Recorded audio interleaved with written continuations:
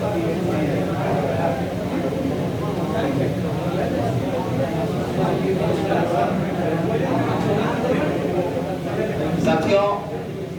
2022 में सरकार ने 2 बार टेंडर निकाला।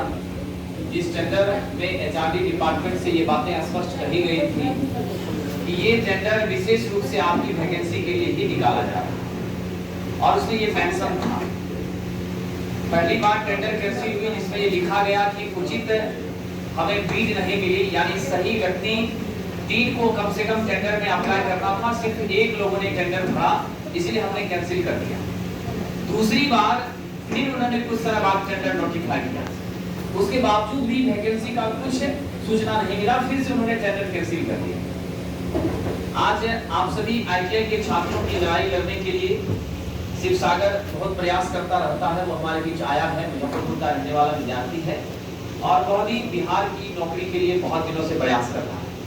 तो कई सारे छात्रों का ऑनलाइन ऑफलाइन मुझे बहुत कॉल आता है कि सर ये वैकेंसी कब आएगा, वैकेंसी कब आएगी, क्योंकि कोई ऑथेंटिक इंफॉर्मेशन रहता नहीं है जिस पर हम आपको जवाब दें।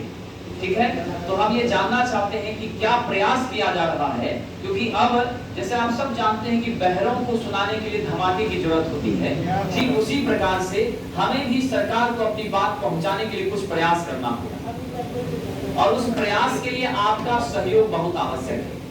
और वो सहयोग क्या है?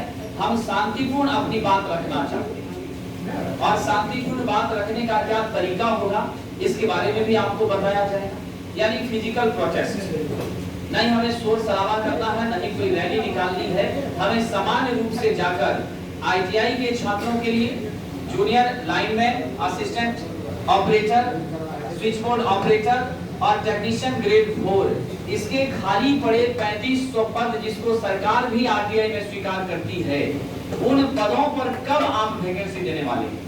क्योंकि बच्चे बहुत दिन से तैयारी कर रहे हैं, या जो तैयारी नहीं कर पाए हैं वो करना चाहते हैं। जब आप वैकेंसी देते हैं तो आप 1 महीने से ज्यादा का समय नहीं देते, यानी आप संभलने का मौका भी नहीं दे रहे। और जब हम संभले हुए हैं तो हमें आप वो भी अवसर नहीं प्रदान कर रहे कि हम उसकी तैयारी करके वहां तक पहुंच पाए। तो आप ये फाइनल कर दीजिए, अगर वैकेंसी आनी है तो कब आनी है, उसके बिहाफ में आप अपनी जानकारी प्रेषित करें। क्योंकि सबसे मुख्य बात है कि 6 साल होने को है, और उत्तर प्रदेश के यूपीपीसीएल में अभी तक 5वीं बार बहाली लाइनमैन की आ चुकी है। अभी मार्च में एग्जाम होगा, आप सब लोगों ने फॉर्म भी भरा होगा, लेकिन हमारे स्टेट में ऐसा क्यों? आखिर आप अगर कॉन्ट्रैक्ट पर काम करवाते हैं, वैकेंसी देना चाहते हैं या नहीं देना चाहते हैं, आश्वासन से कब तक चलेगा? तो आइए हम शिव सागर को बुलाना चाहेंगे, उस बच्चे ने क्या प्रयास किया है आपके बीच बात रखेगा, और फिर आप सभी लोग निश्चित रूप से सहयोग करेंगे जो दिशा निर्देश आपको दिया जाएगा। जरा हाथ उठाकर बताइए कितने लोग सहयोग करने के लिए तैयार हैं, क्योंकि आपकी जरूरत है साथियों। अगर पढ़ाई और लड़ाई